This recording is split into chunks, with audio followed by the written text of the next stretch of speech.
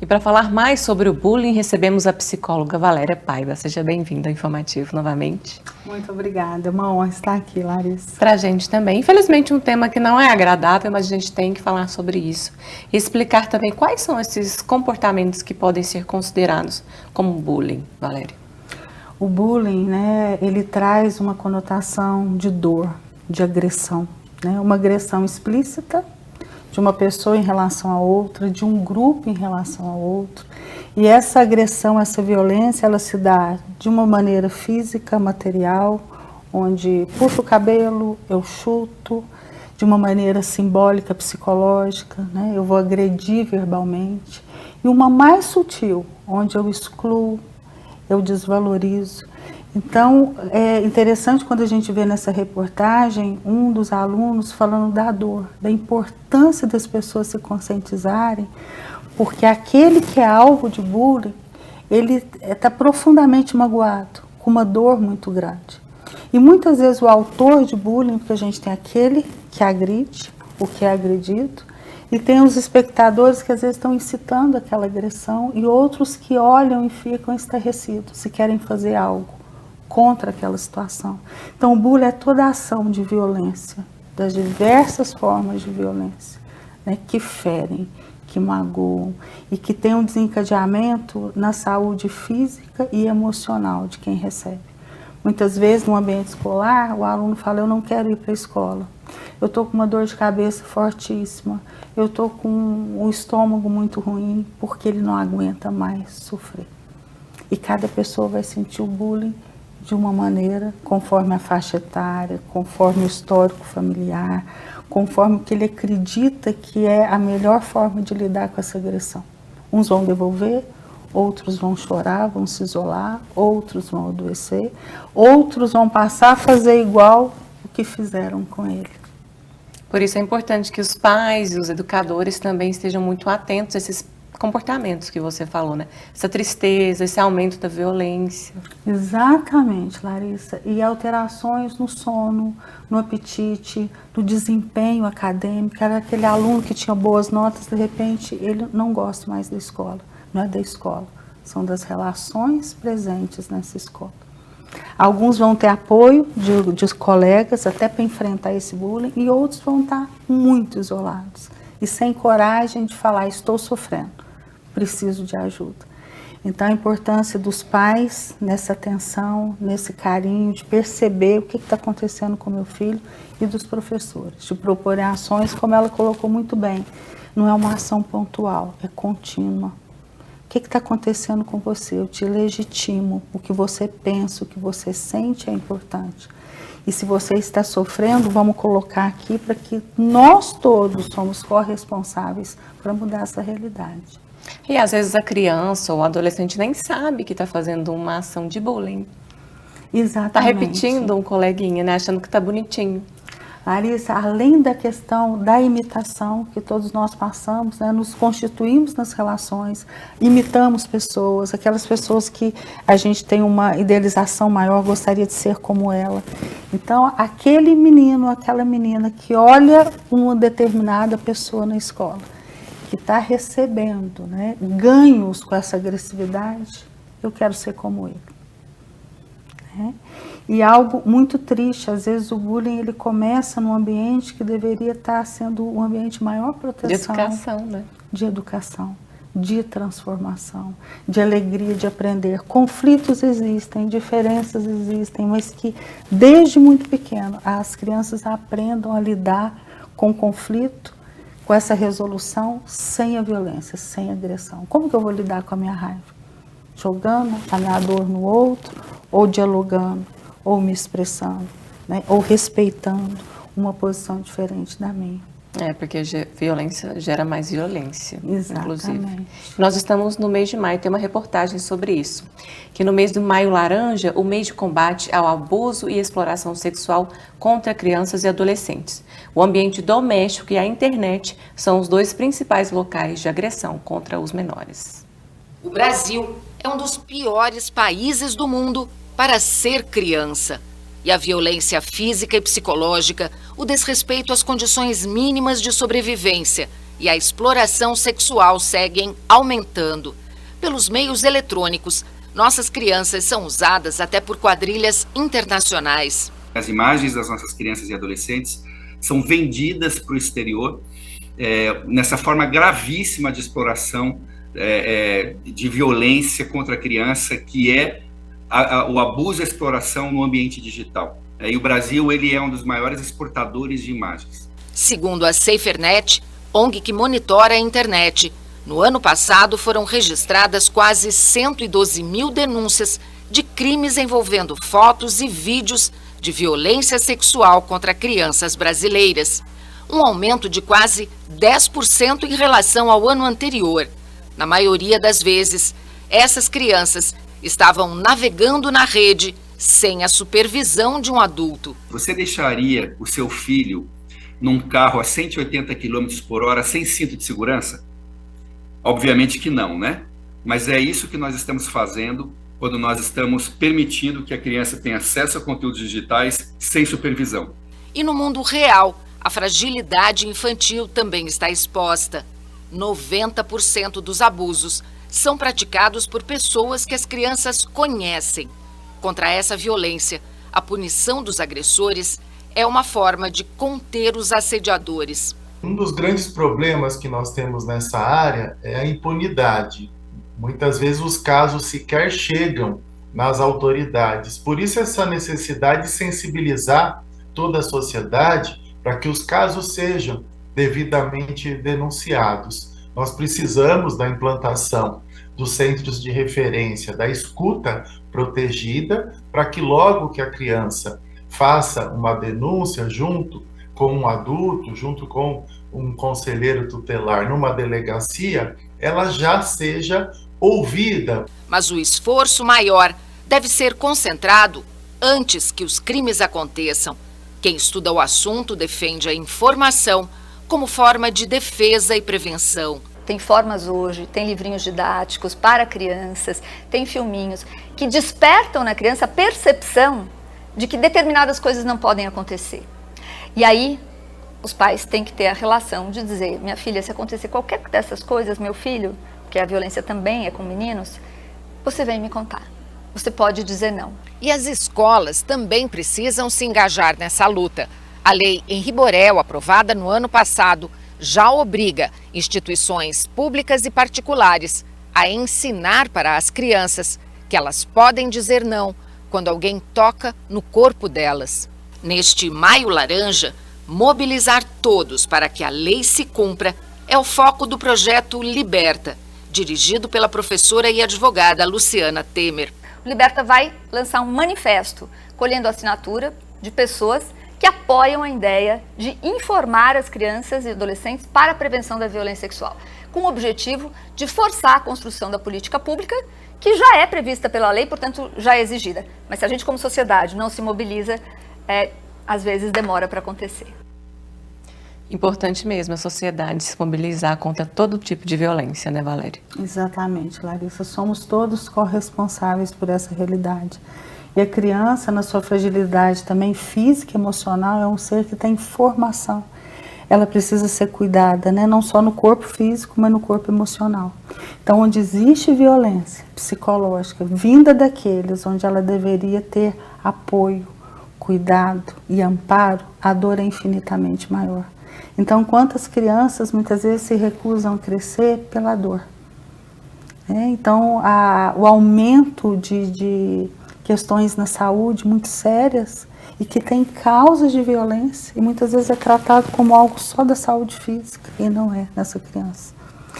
E aquele lugar que deveria ser de cuidado está sendo um lugar violento. O cuidado que esses pais têm que ter para perceberem as próprias feridas, buscarem ajudas e a mobilização não só de política pública, mas do dia a dia, desde que essa criança acorde, vá para a escola, para onde ela vai, promover liberdade, mas com essa responsabilidade do cuidado. Inclusive para não chegar em casos de suicídio, que tem aumentado muito. Exatamente. Quando a gente fala de suicídio, né, que é um fenômeno multicausal, de muita dor, e o suicídio na criança, a criança que desiste de viver, por tanta dor que muitas vezes ela não sabe nomear, mas o corpo sente. O emocional ela não sabe o que tá fazer ali. com a dor, né?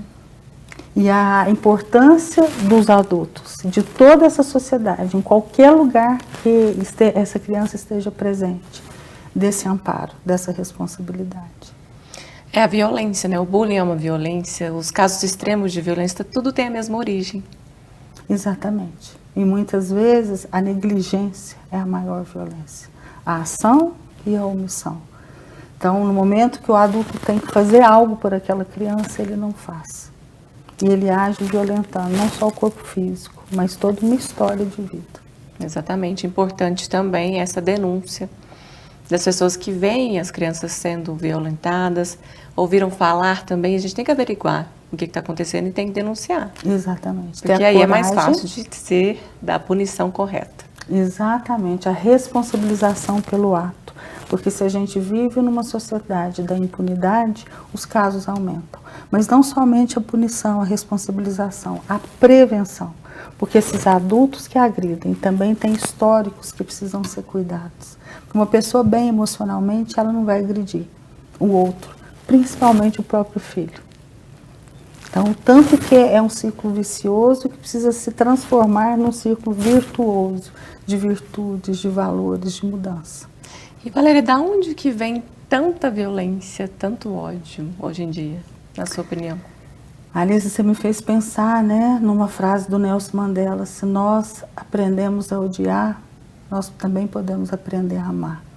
Então, é muito complexo quando a gente vê uma sociedade que, felizmente, esse momento nosso aqui e tantas outras ações de prevenção, de promoção de saúde, para o amor, em contrapartida, uma sociedade adoecida que ainda traz o ódio, a intolerância, o desrespeito como forma de relação.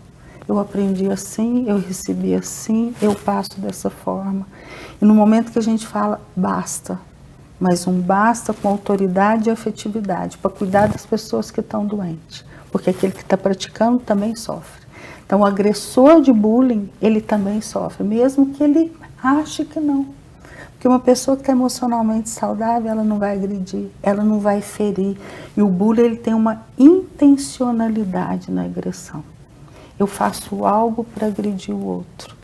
Então, se nós temos dentro de nós, eu falo aqui dentro da psicologia junguiana, as nossas virtudes, as nossas dores, a nossa luz e a nossa sombra, que a gente possa valorizar e aumentar aquilo que é bom nas nossas relações e mudar aquilo que precisa ser mudado. E para isso eu tenho que ter coragem de olhar no espelho, né? No espelho da alma, olhar para dentro, para que eu mude a minha relação comigo e mude a minha relação com o outro. Muitas vezes aquela pessoa que está colocando tanto ódio, ela não tem autoestima, ela tem ódio de si mesma, mesmo que de uma forma inconsciente. E ela passa para o outro, você não presta, você não vale nada, porque ela não teve a coragem de olhar para dentro das próprias feridas e cuidar. Então vamos falar agora da parte de cuidados, como resgatar essa autoestima, como melhorar essa saúde emocional para que casos desses não voltem a acontecer, Valéria. Olhando para a gente, olhando para a responsabilidade com quem está chegando, cuidando de quem está aqui, para ampliar a nossa consciência sobre o amor, que quer amar, né? Que quer respeitar o diferente. Cada pessoa vai nos tocar de uma forma, não amamos todas as pessoas da mesma forma, mas a gente não pode negociar o respeito.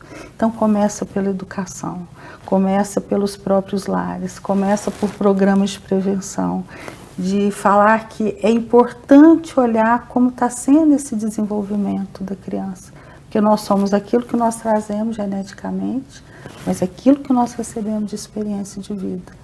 Então, o sentido que eu dou para minhas experiências, dentro de relação de confiança, vai começando a mudar uma sociedade. Então, onde existe um afeto genuíno, existe uma confiança, existe mudança de ação, de atitude. Onde o contrário disso, em relações disfuncionais, onde não existe vínculo de confiança, onde existe ódio e crueldade. Estou falando de uma falência emocional. Então, reverter valores em ações práticas, né, do dia a dia. Lógico, com um apoio emocional, apoio psicológico também. Exatamente. Faz toda a diferença. a importância do processo de autoconhecimento, a importância do pertencimento a grupos saudáveis do ponto de vista emocional, porque não basta só eu estar num grupo, eu preciso estar num grupo onde eu sou reconhecida, onde eu sou valorizada, onde eu cresço naquele grupo. Então a escola tem um papel muito importante, a família tem um papel muito importante. Quantas vezes na própria família existe bullying? Então aquela criança já aprendeu a ser rejeitada ali e passa para outros espaços, até acreditando que ela merece ser maltratada, porque sempre foi assim. Então a nossa responsabilidade é mudar o coletivo e o individual. E para os educadores nas escolas, quando eles percebem esses casos de bullying, de violência, é preciso também todo um preparo desses profissionais. Exatamente, uma formação continuada, o trabalho com as emoções em todas as séries, onde a criança, achei muito bonito, a criança conseguindo expressar verbalmente, por escrita, aquilo que está sentindo. E não só a reflexão, mas a mudança a partir daquela reflexão. E importante a questão do amor, não só o amor, né, para as outras pessoas, mas o amor próprio. Exatamente. Que as pessoas nem sabem, às vezes, o que é o amor próprio. Larissa, você tocou num ponto fundamental. Eu só amo o outro se eu me amo. Eu só dou aquilo que eu tenho. Então, como que eu aprendo a me amar? A partir das relações humanas, né? E se eu tive muitas vezes um ambiente disfuncional, que eu busque um cuidado, uma ajuda para transformar dentro de mim e agir de uma forma diferente, com amorosidade, comigo, com o outro. E uma coisa que a gente falou já da terapia, a terapia é muito importante nas crianças bem pequenininhas também, né? Exatamente. Por incrível... Porque aí vão crescendo já com uma saúde emocional melhor. Exatamente. Podendo se expressar, podendo chorar e não ouvir um cala a boca, você não é importante, isso não é para você. Onde ela se permita ser criança. Porque muitas vezes nós estamos vendo crianças que estão sendo pequenos adultos, com excesso de responsabilidade, dentro, além daquela faixa etária, e sem um contato físico verdadeiro. Muitas vezes cheio de questões materiais, mas sem um olhar amoroso. Sem um tempo de estar, de um cuidado. Com todo um aparato tecnológico, mas sem afeto. Porque as pessoas às vezes estão tão ligadas nas redes sociais, nas partes materiais, em dinheiro, e acabam esquecendo do básico, né? Que é o amor, que é a ligação amorosa entre a família, entre os amigos. E a convivência. E é possível, sim, transformar esse mundo, não de uma forma utópica, né? Onde não exista conflito, sempre vai existir, mas que esse conflito seja resolvido com amorosidade, com respeito, né? Onde as pessoas realmente têm autoestima, porque com certeza, no momento que eu me amo, eu não vou ferir o outro, eu vou ter uma outra relação, comigo e com o outro. Quem está bem não vai prejudicar ninguém. Exatamente. Então, para a gente já partir para o encerramento da nossa entrevista, vou deixar um espaço aberto para você deixar uma mensagem sobre esse tema tão importante que é de bullying e do amor também, que é tão importante. Que a gente aprenda a nos amar mais e melhor, aprenda a amar o outro mais e melhor e transformar essa sociedade, uma sociedade onde as crianças realmente sejam felizes, os adultos possam cuidar, serem cuidados e serem muito melhores. Exatamente. E a gente volta a falar sobre outros assuntos em uma próxima entrevista com você aqui. Muito obrigada pela participação. Muito obrigada, Larissa. Até a próxima. A gente que agradece com muito amor. Com muito amor, que lindo. Gratidão. Gratidão.